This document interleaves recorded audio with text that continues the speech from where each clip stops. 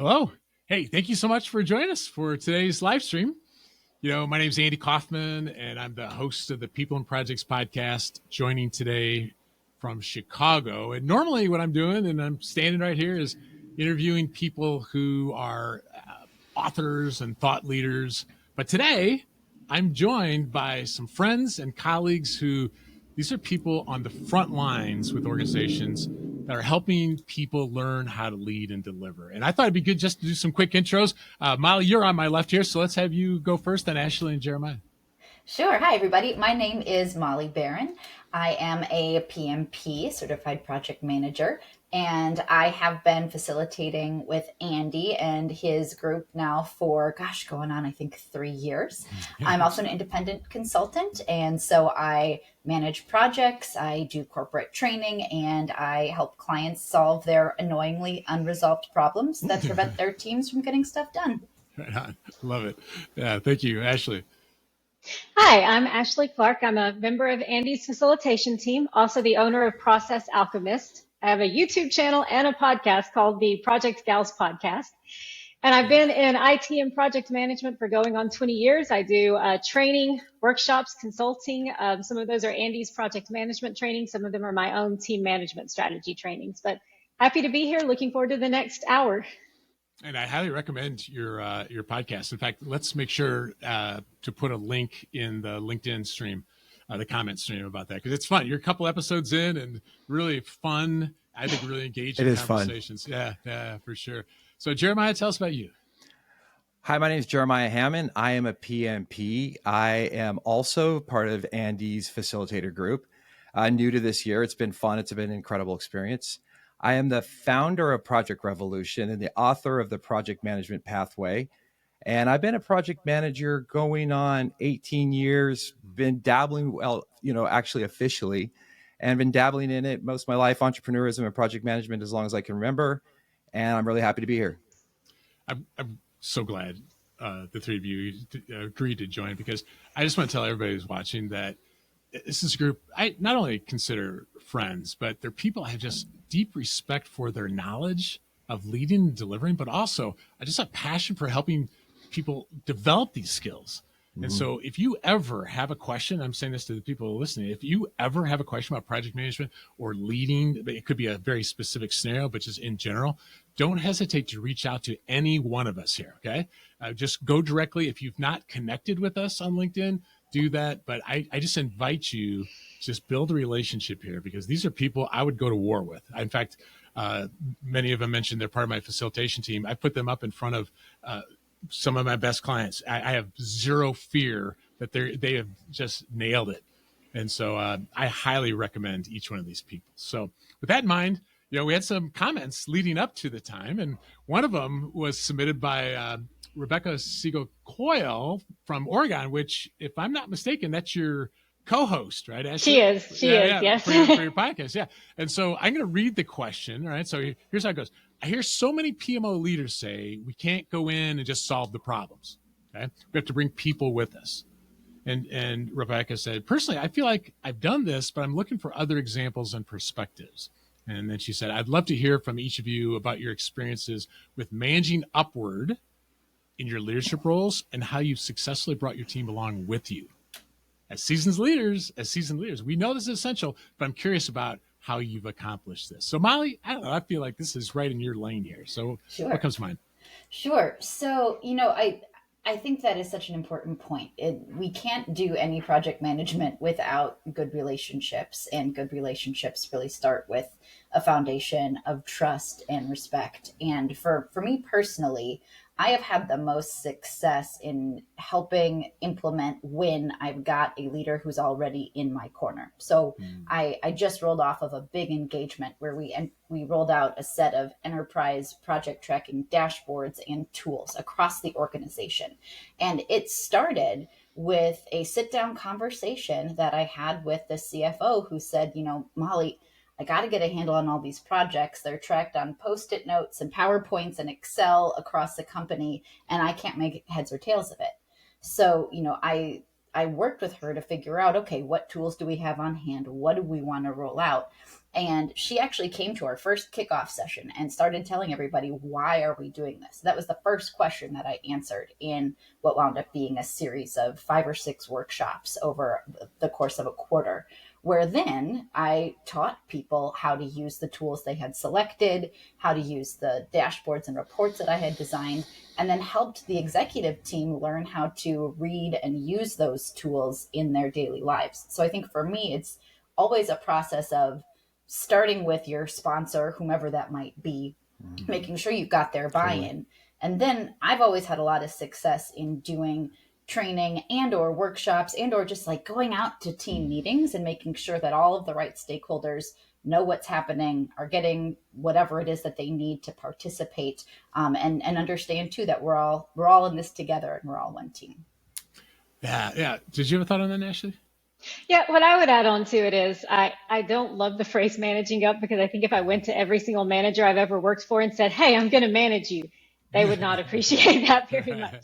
But I think to Molly's point, kind of along the same lines, I would say it's more of, making it a partnership. So we're partnering up in a way to say, hey, I have a skill set, you have a skill set. Let's work together and figure out how we can collaborate to solve this problem and work toward this goal. Mm-hmm. Yeah. I don't know, Jeremiah, were you taught in any of your education managing up? Was that a subject in a class at all? It wasn't for me.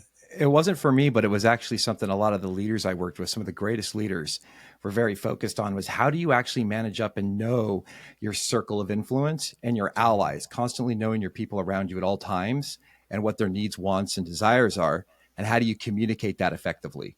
Yeah. And so one of the things I focused on in my career, which really helped me move forward, was the fact of understanding how to, each individual person and what their needs were and how to articulate that through communication. Yeah. And that's how we were successful as a team. Yeah, love it. What I hear a lot of times from sponsors is, it's related to what y'all said. As soon as this project manager starts talking to me, my eyes glaze over, right? So like knowing the level of detail, what I appreciate about Rebecca's question is we sometimes think we know what the answer is, right? So we go in and we try to solve it. We don't bring them along, right? We have to bring them along. So I find that the people I respect the most over time are not necessarily the ones with the best answers, but who ask the best questions. And so just learning to ask better questions to really understand. So I think, what do you think, Jeremiah? It's interesting when you talk about, buy-in, stakeholder management, understanding what everybody's needs are, because you have positive stakeholders and negative stakeholders, right? And neutral. And if you're negative, if you don't get everybody to buy in on what you're trying to accomplish, they could have a negative aspect to it, and they could cause a lot of, blockage in what you're trying to accomplish and make something that could be very successful for the team very unsuccessful. That's amazing how one stakeholder can create a one. lot of pain, especially if they're above us. Yeah. Yep. One. I will say the person who taught me hands down the most about managing up was my mother. She is always the source of my best management advice. And she was the one who taught me very early on about the necessity of managing my boss and their boss and doing what I could to support them in their growth. And in fact, I teach a course called The Life-Changing Magic of Managing Up, which really has been born out of what I've learned, which is the more successful I can make the leaders I report to, the more successful I will naturally become as well. It's a win-win for everybody. It is. That is awesome. Yeah, I agree. If anybody's listening, you're thinking, man, we need that. Reach out to Molly for that class for sure. Yeah. And yay, moms. Yeah. Yay, moms. Totally, in fact, Stacy typed into the chat truth. I think it was related to right when you said moms there too. So that's true. Yeah, I think, how about this, is one of the challenges with managing up is things have continued to stay very virtual for a lot of people. So a lot of people don't have that boss right there, right? So it's not like you're running into each other. And so we did have a question from actually somebody I've known for many years, Bobby Taruk. And this is what Bobby said. He said, we're all remote.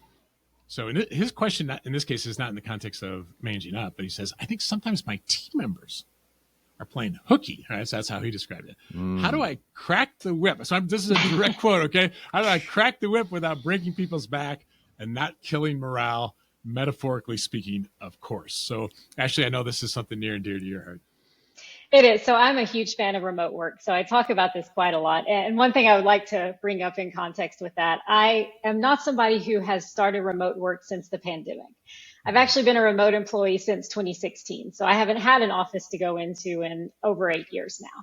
And that doesn't even mean I was on client side. So I was oftentimes not on a client side more than once or twice a month. So I've had to spend a lot of time learning how to be a good, effective remote worker. So with that question, the question is remote workers may be playing hooky. There are two different sides of that I do want to address. So the first one is the work still getting done? Are they responsive when they need to be responsive? Are they still meeting their deadlines? Are they in the meetings that they need to be in? And if they are, there really isn't a problem. We have that flexibility now. We can work a different schedule if we want to and make sure that we're still providing the value we need to provide. And I've heard entirely too many stories of, oh, I don't trust my remote workers because they might look outside at 2 p.m. and see that it's a sunny day and walk the dog or water the plants or something like that. It's not a big deal. This is like taking a walk from your desk. You know, it just clears your head, gets you some fresh air, and you're not going to be any more effective by sitting at your desk, staring out the window, thinking about how much you would like to walk outside for a few minutes. So we should have the mindset of, I know you're worth your salary because of the value you provide, not I know you're worth your salary because of the number of hours you can sit at a desk. Yeah. Now, the other side of that is, what if the work's not getting done? Well, that is something you would need to address, right? So first, I would say schedule a meeting with them, and maybe on Monday morning, I'll get to why on that. But ask what's going on first. You know, maybe it looks like they're playing hooky, but there's some kind of personal issue or something going on. Maybe they're overworked and they're assigned to too many projects and they need help, and they can actually come to you and feel comfortable telling you that so that you can try to help them with that or address it.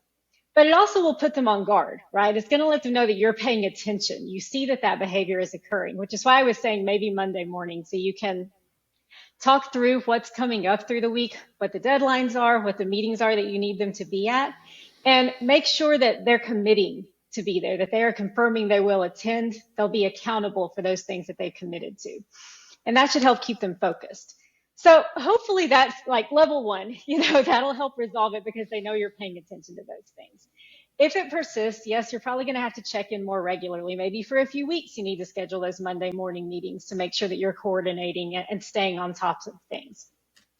Finally, and the last resort that I hate is, yes, when all else fails, you may have to escalate to the person they report to, or, you know, bring in your human resources team to talk about it, to get it addressed. If you're missing deadlines, if they're still not correcting the behavior, of course you may have to do that. But I'd like to avoid doing that if we can find a way to address it first. So first, let's focus on options that are going to build trust and not blame them. You know, try to figure out if there's an actual issue to address. We could be perceiving it as playing hooky when it isn't. But let's make sure we're not misinterpreting and giving them options to actually address that issue. It's good. In some ways, it's similar to what you do if they were in person, right? Yeah, exactly the same.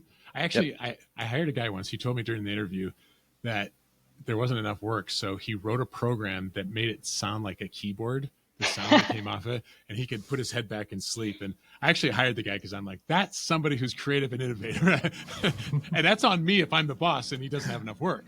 Right. That's all great until someone starts snoring. Yeah. But anybody else have a thought about this this issue about, you know, are they binging on Netflix? You know, like what do you think? I think it's powerful. I mean, a lot of what Ashleigh said was really powerful. It really boils down to trust and performance based. You got to trust your people, and if not, you're going to have a problem anyway. And then how's the performance? If the performance is good, what are your key indicators? And if not, have the conversation. So Ashleigh, I think you nailed it. Thanks, Jeremiah. Yeah, I might encourage your friend to go out for a walk at 2 p.m. Absolutely. Maybe he's just mad because everyone else is doing it. I mean, has he tried it? Is he any less productive?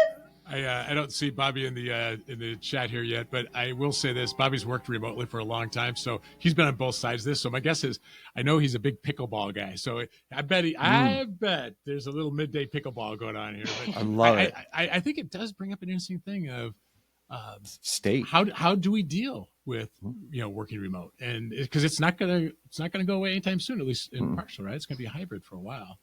I've enjoyed seeing my friend Juhong in the chat. He's been very complimentary so far of like, I love it, Ashleigh, and adding his comments here. And Juhong, we actually have a question from you on this. Chung lives in California and works for the Mouse, a pro at Disney. And he says, what are best practices for circling back on requests that have not been answered or solved yet? And Jeremiah, I thought of you when I saw his question because you are Mr. Follow-up, man. I mean, all three of you are. But Jeremiah, what are your thoughts about that? One of the things that we always have to think about when we're working with people is, well, we have to really understand what our leadership style is, right? Because we have to understand ourselves, then we can understand others, and then we can understand many. And then maybe we can become legends, right? And so when it comes to circling back, I really like to make sure I set expectations around what is the task we're trying to accomplish, critical path. I think risk around it. So that everybody understands what, I've got buy-in from them and they understand what we're trying to accomplish. And then the key is when we're trying to accomplish it. And if they start, another thing about people that's interesting is when we work in like a functional matrix or, we have a lot of different tasks, our request might be on the top of the pile. By the end of the day, it might be on the bottom of the pile, right? By 2 days, it's not even in the pile no more. So having those conversations of understanding, risk around the criticality of it, is it on the critical path, and having just a touch point that's simple. It's not an email saying per our previous conversation, because that usually puts people in defense right away. Right. It's like, how do you follow up with people and let them know, hey, we have a due date coming up. It's approaching. Are you going to be on task? That goes back to your meeting cadence, your leadership style, communicating effectively with people, and making sure that they know when it's due, and most importantly, and they've bought into it and they understand the level of effort. So all of those things really play into it. I mean, I've worked with a lot of teams on, really complex projects. And at the end of the day, it was all about buy-in, criticality, risk, and making sure they understood our communication level. Yeah. And not following up with the shot over the bow. And based on that communication, a phone call or getting in person as much as you can. Emails usually get lost. Yeah, I remember a mentor saying once when I was complaining about somebody not getting back to me, he just said, Andy, no one cares about your email as much as you do. Right. I needed to be told that, because to us, we feel the pressure. It's on our shoulders. It's so important. But to remember, they've got all that other stuff going on. And so we just have to follow up. And Molly, I think of you as well in this vein of being just so good at following up if somebody doesn't, or for your own follow-ups for that matter too. But what comes to mind? I think for me, the question was framed somewhat around best practices. And for me, I think like keeping it as simple as possible and direct as possible. So, everyone's had that moment of they said they would do something and they forgot. So like, I just own that moment when it happens. Like, hey, Mr. So-and-so, I said I was going to do X. I didn't do it yet, but I will by fill in the blank date, right? Or conversely, when you're on the receiving end of that, just asking someone like, hey, you said you were going to do this. I notice it's not done. Like, is anything going on? Do you need help? Etc. And I find too that like, oftentimes just asking the question, sometimes things don't get done because things have changed and you don't need to do it anymore. Yeah. So I always find that to be good fodder, just like Jeremiah was saying in meetings, is to bring it up and just call into question like, hey guys, we had this last task number 20 out of 21. Do we still actually need to do that? Is this still relevant? And making sure, because, things can change and you don't have to do everything always. Even though we think we do. Right. I'll add an element to that also. I think too many times in these situations, it's more the project manager being seen as, I just need to check in and get status and check and make sure tasks are done. And you're only reaching out to get an update on things. And I really think as a project manager, we need to be involved. Even if we're not the people doing the work, we need to be involved on, collaborating on the solutions and making people feeling like we're a part of the team, especially when we're trying to drive these types of issues or actions or resolutions. Because, you watch war movies, for example, and people are always more willing to follow the leader that they know has been in there in the trenches with them than the ones that's standing, on the tower commanding them. So I think part of it is also just being in there and being a part of the team so that they're not going, oh no, the PM's bugging me again, but you're there and you're collaborating with them. It's a good point, because otherwise it's almost like to them, you're doing them a favor, right? It's like, oh, this is Ashleigh's thing, but if they feel like it's our thing, that's a whole Yeah. different thing. Yeah, right. That's a good point. Probably the best boss I ever had, she would maintain this spreadsheet of open action items from our previous meetings, or, cadence meetings or drumbeat meetings, and we hated it because she wouldn't end the meeting without saying, "Okay, open up the open action items." I do And that. yeah, it's such a good practice, but you could audibly hear people go, "Ugh." And why do we hate it? Because it was accountability. But Mm-hmm. one of the things we all talk about in our classes is you drive behavior by the questions you ask. She drove the behavior of us following up with stuff because we knew she would ask, Yep. what's the status? And so a simple action log, issue log, sometimes little things like that can help. It's interesting, Andy. Oh, go ahead. No, I'm gonna check to see if there's some questions while you answer that. Yeah. It was interesting. One of the things when I was working this missile defense program, and while we were working it, we had over 100 people running around crazy doing multiple things. And so what we created was an open door policy in our war room, where a lot of what we call control account managers, CAMs, were residing in. And we'd have our stand-up meetings in the morning where we do our action items. Just here's our action list, get everybody in there. But it was really this open conversation of what blockers people are having, standard project management. By the end of the day, we'd have a stand down. We'd actually implemented a stand down because it was critical. Everything was mission critical. And so we started at first, it was really rough roads. Everybody's like, why do we got to have 2 meetings? Why do we got to have 2 meetings? And it was like, we were setting that communication cadence. Interesting thing. After a couple of weeks, we were like, hey, maybe we should cut back on this. And people were like, no, we love that. We love that stand down. We created that battle rhythm, and they wanted to come in there and show what they've done to get the win. They loved it. Yeah. It's so interesting because sometimes people would say Jeremiah, the last thing we need is another meeting. Yeah. But I think it was Lencioni's book, Death by Meeting. He starts, I think the first paragraph, something along the lines of, we need more meetings, not less, which you're like, I'm going to burn this book, right? Yeah. But it's more focused, short. What's the purpose? And I think that's in and out. That's key. Yeah. It's key. Yeah. Actually know how to hold a good meeting, right? Right. Exactly. So you could have just such a poorly run meeting that it doesn't matter how short or long it is. Yeah. So, we need more input from Montana. Buck Wetzel gave us a question from Montana. And I say that because Ashleigh's from Montana here. So Buck asked the question, what insight do you have on convincing stakeholders to buy into the project management process? So for anybody listening, if you've ever had a situation where you've been to the mountain, that the answer is if we do these things, it's going to help us. But how do we convince other people? And so I thought I'd share a lesson that I learned from Peter Bregman. He's the co-author of a book on, check out the title. It's You Can Change Other People. Seems a bit presumptuous, Okay. But it's episode 344 of the People and Projects podcast. And he had an interesting point. He said, first, if you're trying to change somebody, and really his book is about how do you set the conditions under which people are willing to change, not really change people, but you have to first be perceived as an ally. Okay. And so I think sometimes when we've been enlightened and I say that, somewhat jokingly, but when we feel like we know the answer and we just want them to get it as well, we can come off as you're an idiot and I've got the answer, but instead of come off as an ally. And make sure, right? Yeah. And Ed Schein is the guy who coined the term corporate culture. And way back in episode 26, right? So Ed was still in his 90s. So he was just remarkable, a guy to talk to, but he's the guy who coined the term corporate culture. He somehow, I hope to never shake, he says, culture is the way things have always worked. That's why it's hard to change. So if you're trying to get someone to change, they're kind of like, well, neat idea, but it's not broke, right? So trying to get somebody to buy in when it's not broke, it can be more difficult. So the thing I learned from him is look where the most pain is, because there's pain somewhere.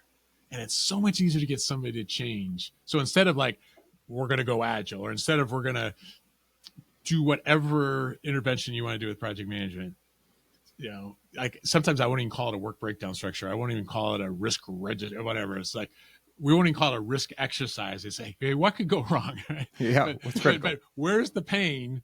And then it's easier to start there. So I'm curious, anybody else have a thought on this? How do you get people to buy into stuff? Any thoughts on that? Yeah, I mean, my version for that is what's in it for them?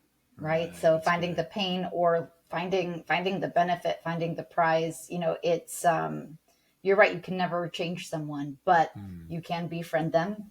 You can over time have conversations about it. And that's something that if you're looking for a one and done approach, I think you're out of luck. Hmm. But I think like slowly, methodically, and really trying to align their interests with the initiative's interests is the best way that I've seen it Yeah. done. And Ashley, over to you. Yeah, so first off, I wanted to add a little shout out and some context there because Buck was in our Essentials of Project Management class at Flathead Valley in April. Yeah. Yeah. So great student there. I know he was jumping in with a lot of examples and really fantastic to have. One thing that I would add though is start small. You're not Hmm. going to change everything overnight. So focus on the areas that you think would be most helpful and start making small changes. And Yeah. hopefully, as they start seeing positive effects from those small changes, then they'll be more likely to buy into maybe not Yes. the whole process, but more and more changes over time. Yeah, that is so aligned to what Shine said, because the initial response is often, that's the initial response, until it starts working, and then it was obvious. And so get something working, just something small, get that working, then they're more willing to stay open to it. Watch the jargon. I'm sure there's probably some things with that. You know, Mora Anuhal is based in South Carolina, and Maura asked, I thought, a really interesting question. What's an impactful lesson you've learned as a PM? Okay. So, Molly, I don't know. I mean, this we've got days worth of classes that talk about impactful lessons, right? And Yeah. so I'm just curious of what comes to mind to you as an answer to that. And then we'll go to Ashleigh and Jeremiah. I think one of the most impactful lessons that I learned, especially as a new project manager, was that you cannot do it alone. When I was 21 to 23, I was installing an operating room system at Kaiser Permanente in Southern California, which is like one of the largest providers of healthcare in the world that's not a government. Kaiser is. So I'm on one of their regional projects, and I remember just feeling like so much anxiety of like, what's going to happen? Like, what if I screw up? Oh my gosh, this whole place is going to burn. And then I realized over time that, like, yes, I was a project manager, but I was not the only person doing work. And like, no, it wasn't all on my shoulders, though it certainly can feel like that. So Mm-hmm. I think for me, just like learning over time, it's not all my fault. It can't be. But secondarily, that means like if I need help, it's going to be there for me. If someone else needs help, Yeah. I'm going to get it for them, right? So understanding that, although it can sometimes feel like you're the only one driving for progress or organizing things or whatever, you absolutely cannot do it alone. It reminds me when you say that of in the essentials class, we talk about the leader attribution error, that sometimes when things go well, the leader gets more credit than they deserve. And when things go poorly, they often get more blame than they deserve. And the guy who came Ain't up with that that the truth? observation, yeah, but he doesn't say that's how it should be, but it's how it often is. Yeah. But if we just make it sure it's clear, we take ownership, but it's not Mm-hmm. just us, right? Hmm. We're bringing other people in. Absolutely can't do it alone. Yeah, Ashley, what was your lesson that you wanted to share?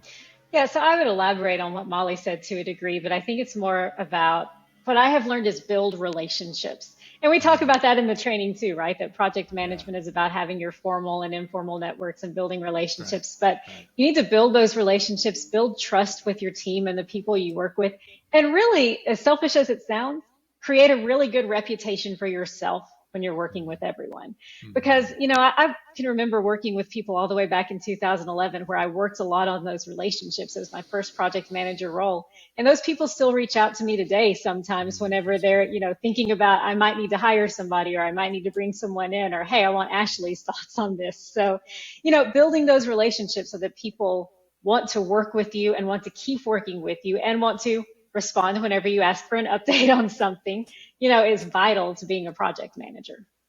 Jung added, make them think it was their idea, or actually Rebecca added that, make them think it was their idea, like to the point. And Rebecca, I always thought that was manipulative to make it. So I think what Rebecca is saying here is, but I learned this from Michael Bungay Stanier, who wrote this book, The Coaching Habit.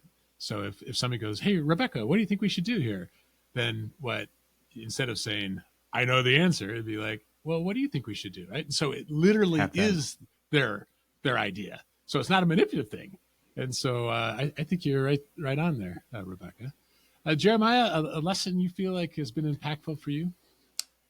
I would say leadership is the ultimate advantage. Everything that we do as project managers, a lot of it that people think process and task management. And in some cases that we're kind of, as project managers, we're forced in that box. But once we get down into there, in order for people to effectively take action, we have to learn how to communicate effectively with them. We have to have empathy. We have to have conflict resolution. We need to be able to articulate our needs as well as understanding theirs for them to actually be able to do what they need to do when they need to do it. Mm-hmm. And you can have processes in place as a backbone of this is how we're supposed to do things. And this is what good, success looks like from our standards. But leadership, communication, empathy, conflict resolution, inspirational leadership, casting a vision, understanding the team building activities, actually truly building your team so they become something more. That's the biggest lesson I've learned. Go in and make them feel appreciated and understood, and they'll do anything for you. It's amazing. It seems so obvious, even as you say it, right? But it's one of those things where there's in fact, I had a side conversation with somebody yesterday. He's about ready to leave his company because he's like, I would say, I probably putting words in his mouth, but not feeling appreciated. And he's got a new baby on the way. And he's like, this lifestyle is not going to work. And it's almost like they don't realize what the impact is. And they're about to lose one of their best people, And so it's, isn't it cool just to be reminded it's not just Gantt charts and critical paths and, it's not. Risk registers and RAID logs. It's people. It's people. Yeah. I'd say the lesson that I might share is that we in our Essentials of Project Management class, we talk about the Fred Brooks quote, how's a project get a year behind? One day at a time, right? One day. And projects drift one day at a time. And I feel like it's such an impactful lesson because sometimes I just feel like we feel all this pressure to get the perfect plan in play, right? We need the perfect plan. And there is no such thing as a perfect plan. Right? But we just need a sufficient plan so we know that if it's starting to drift. And if it's starting to drift, do we know it? Or do we not know it and it continues to drift? And then it gets a lot more difficult to try to bring back. But I think I felt way too much pressure to get the perfect plan. Or if we can just get a sufficient plan, one day at a time, I feel like that just helps so much. Go ahead. That's really powerful. And I think that's one of the main concepts of project management and that people need to understand is that there is no perfect plan. It'll never be perfect. And we don't need to hang our hats on it. And I've worked on so many projects where it was literally, and we teach this in the Essentials class as well, where it was all about the Gantt chart. Got to have the Gantt chart. What did the Gantt chart say? It's like, well, the Gantt chart was out of date the minute we made it. All right. It's wrong. It's not accurate. Right. Yeah. So you don't throw out the Gantt chart. You just realize that we have to keep up to rolling planning. And we got to iterate.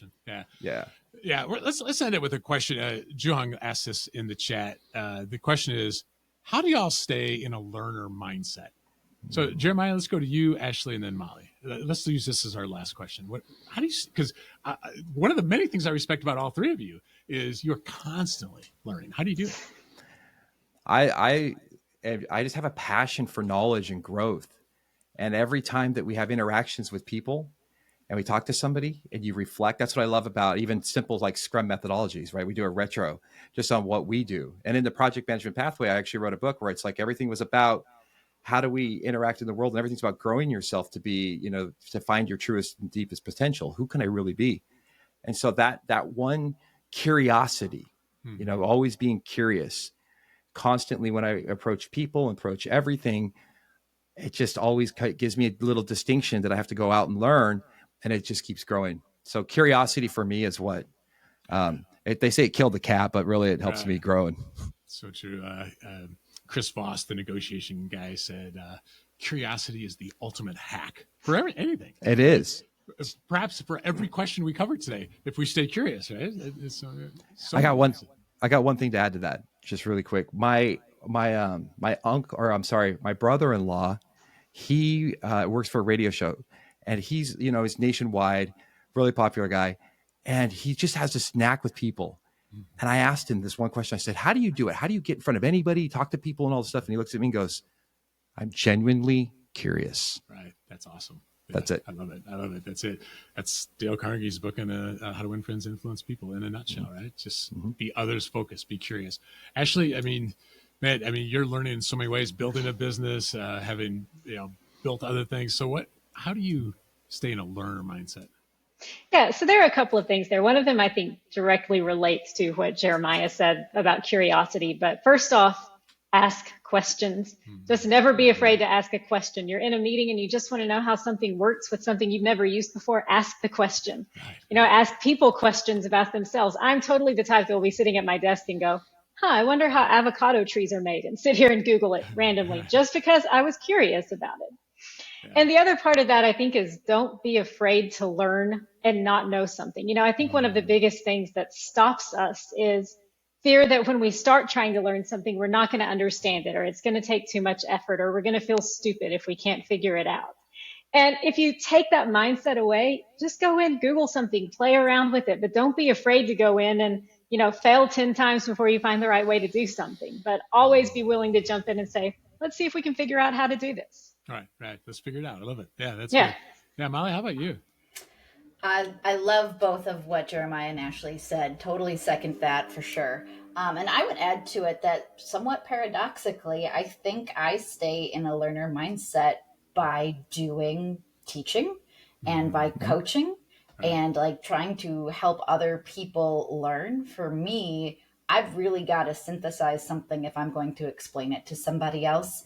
And inevitably, whenever I teach one of our courses, I relearn something new or it hits me in a different way. And so like always approaching from that mindset of, I'm going to learn something by doing this work today, or in my coaching practice when I'm coaching others, inevitably they'll have heard something or seen a podcast or we have new conversation and ideas. So really just by practicing and doing and trying to help others, I start learning a whole bunch myself. That's so awesome. True.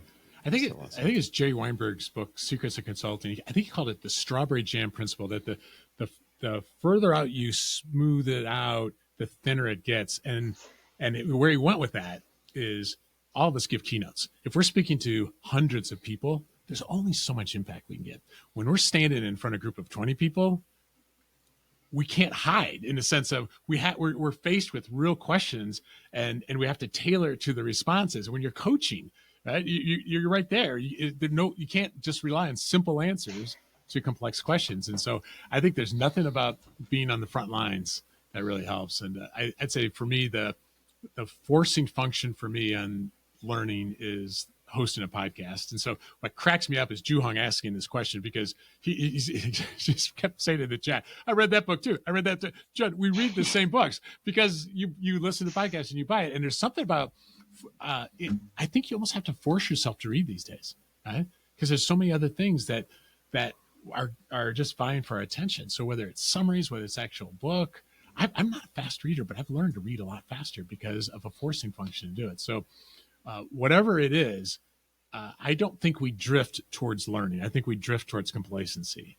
And so I would love to, and I know, Temson, you've got a question in there, and there's others that probably scrolled off the screen that I didn't see. I just want to, for sake of time, we'll do another one of these. And I just want to thank everyone for joining today. If you'd like to help your team's ability to grow in delivering and leading, we all do training on these topics.